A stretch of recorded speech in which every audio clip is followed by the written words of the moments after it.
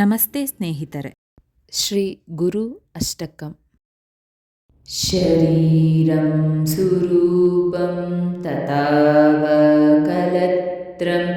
ಯಶಶ್ಚಾರುಚಿತ್ರಂ ಧನಂ ಮೇರುತುಲ್ಯಂ.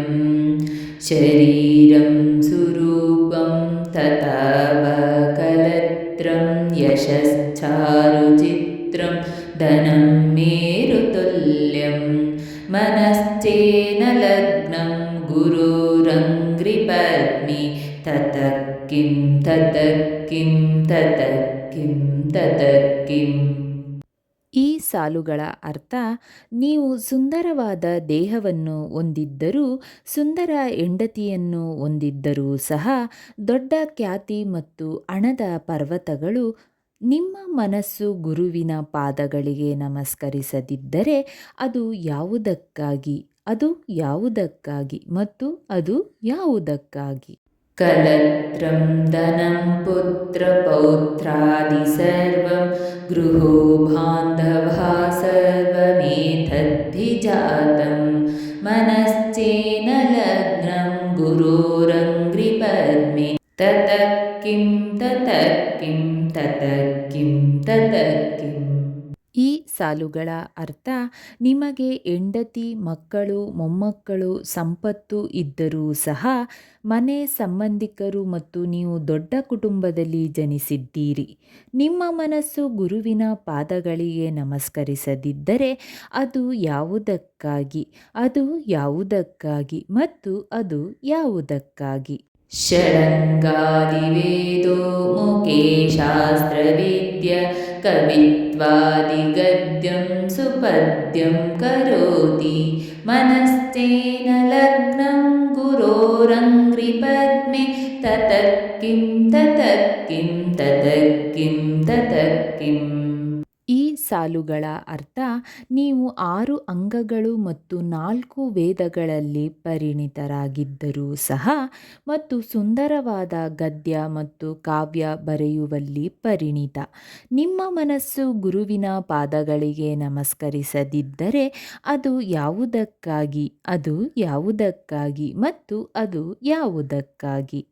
ವಿದೇಶೇಷು ಮಾನ್ಯಃ ಸ್ವದೇಶೇಷು ಧನ್ಯಃ ಸದಾಚಾರವೃತ್ತೇಷು ಮತ್ತೋ ನ ಚಾನ್ಯಃ.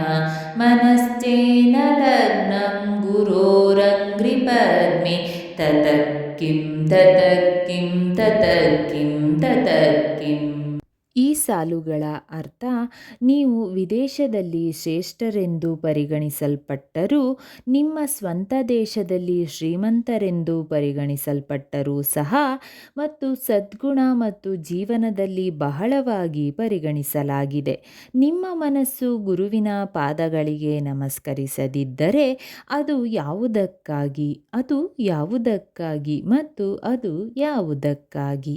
ಕ್ಷಮಾ ಮಂಡಲೇ ಭೂಪಭೂಪಾಲವೃಂದೈ ಸದಾ ಸೇವಿತಂ ಯಸ್ಯ ಪಾದಾರವಿಂದಂ. ಮನಶ್ಚೇನ ಲಗ್ನಂ ಗುರೋರಂಗ್ರಿಪದ್ಮೆ ತತಃ ಕಿಂ ತತಃ ಕಿಂ ತತಃ ಕಿಂ ತತಃ ಕಿಂ. ಈ ಸಾಲುಗಳ ಅರ್ಥ: ನೀವು ಒಂದು ದೊಡ್ಡ ಪ್ರದೇಶದ ರಾಜನಾಗಿದ್ದರೂ ಸಹ ಮತ್ತು ನೀವು ರಾಜರು ಮತ್ತು ಮಹಾನ್ ರಾಜರಿಂದ ಪೂಜಿಸಲ್ಪಡುತ್ತೀರಿ, ನಿಮ್ಮ ಮನಸ್ಸು ಗುರುವಿನ ಪಾದಗಳಿಗೆ ನಮಸ್ಕರಿಸದಿದ್ದರೆ ಅದು ಯಾವುದಕ್ಕಾಗಿ, ಅದು ಯಾವುದಕ್ಕಾಗಿ ಮತ್ತು ಅದು ಯಾವುದಕ್ಕಾಗಿ? ಯಶೋ ಮೇ ಗತಂ ದಿಕ್ಷು ದಾನ ಪ್ರತಾಪಾತ್ ಜಗದ್ವಸ್ತು ಸರ್ವಂ ಕರೆ ಯತ್ ಪ್ರಸಾದಾತ್.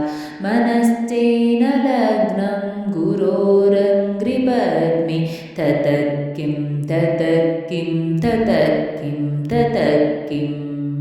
ಈ ಸಾಲುಗಳ ಅರ್ಥ: ನಿಮ್ಮ ಖ್ಯಾತಿಯು ಎಲ್ಲೆಡೆ ಹರಡದಿದ್ದರೂ ಮತ್ತು ನಿಮ್ಮ ದಾನ ಮತ್ತು ಖ್ಯಾತಿಯಿಂದಾಗಿ ಇಡೀ ಜಗತ್ತು ನಿಮ್ಮೊಂದಿಗಿದೆ, ನಿಮ್ಮ ಮನಸ್ಸು ಗುರುವಿನ ಪಾದಗಳಿಗೆ ನಮಸ್ಕರಿಸದಿದ್ದರೆ ಅದು ಯಾವುದಕ್ಕಾಗಿ, ಅದು ಯಾವುದಕ್ಕಾಗಿ ಮತ್ತು ಅದು ಯಾವುದಕ್ಕಾಗಿ? ನ ಭೋಗೇ ನ ಯೋಗೇ ನ ವಾಜಿರಾಜೌ ನ ಕಂಥಾಮುಖೇ ನೈವ ವಿತ್ತೇ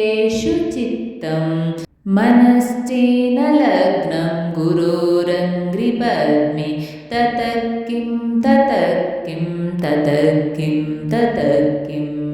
ಈ ಸಾಲುಗಳ ಅರ್ಥ ನಿಮ್ಮ ಮನಸ್ಸು ಉತ್ಸಾಹದಲ್ಲಿ, ಯೋಗದಲ್ಲಿ, ಅಗ್ನಿಯಜ್ಞದಲ್ಲಿ ಕೇಂದ್ರೀಕೃತವಾಗಿಲ್ಲದಿದ್ದರೂ ಸಹ ಹೆಂಡತಿಯ ಸಂತೋಷದಲ್ಲಿ ಅಥವಾ ವ್ಯವಹಾರದಲ್ಲಿ ನಿಮ್ಮ ಮನಸ್ಸು ಗುರುವಿನ ಪಾದಗಳಿಗೆ ನಮಸ್ಕರಿಸದಿದ್ದರೆ ಅದು ಯಾವುದಕ್ಕಾಗಿ, ಅದು ಯಾವುದಕ್ಕಾಗಿ ಮತ್ತು ಅದು ಯಾವುದಕ್ಕಾಗಿ.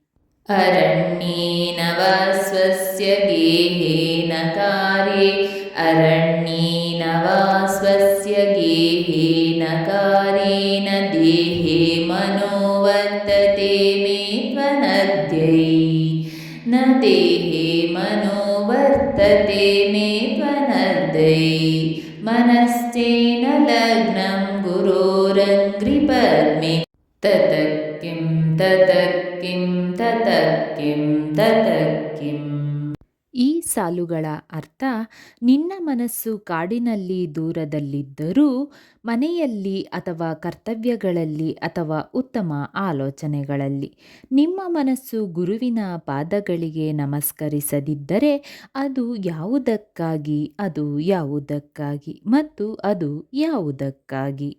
गुरोरष्टकं य पठेत् पुराय देहि यदि भ्रूपति ब्रह्मचारी च गेहि लमेद्वाचिता तं पदं ब्रह्मसंज्ञं लमेद्वचिताथं पदं ब्रह्मसंज्ञं गुरोरुक्तवाक्ये मनो यस्य लग्नम्. ಈ ಸಾಲುಗಳ ಅರ್ಥ ಗುರುವಿಗೆ ಸಮರ್ಪಿತವಾದ ಈ ಅಷ್ಟಮವನ್ನು ಓದುವವನು ಧನ್ಯನು. ಅವನು ಸಂತನಾಗಿರಲಿ, ರಾಜನಾಗಿರಲಿ, ಬ್ರಹ್ಮಚಾರಿಯಾಗಿರಲಿ ಅಥವಾ ಗೃಹಸ್ಥನಾಗಿರಲಿ. ಅವನ ಮನಸ್ಸು ಗುರುವಿನ ಮಾತಿನ ಮೇಲೆ ಸ್ಥಿರವಾಗಿದ್ದರೆ ಅವನಿಗೆ ಬ್ರಹ್ಮ ಸಾಕ್ಷಾತ್ಕಾರದ ಮಹಾನ್ ಕೊಡುಗೆ ಸಿಗುತ್ತದೆ.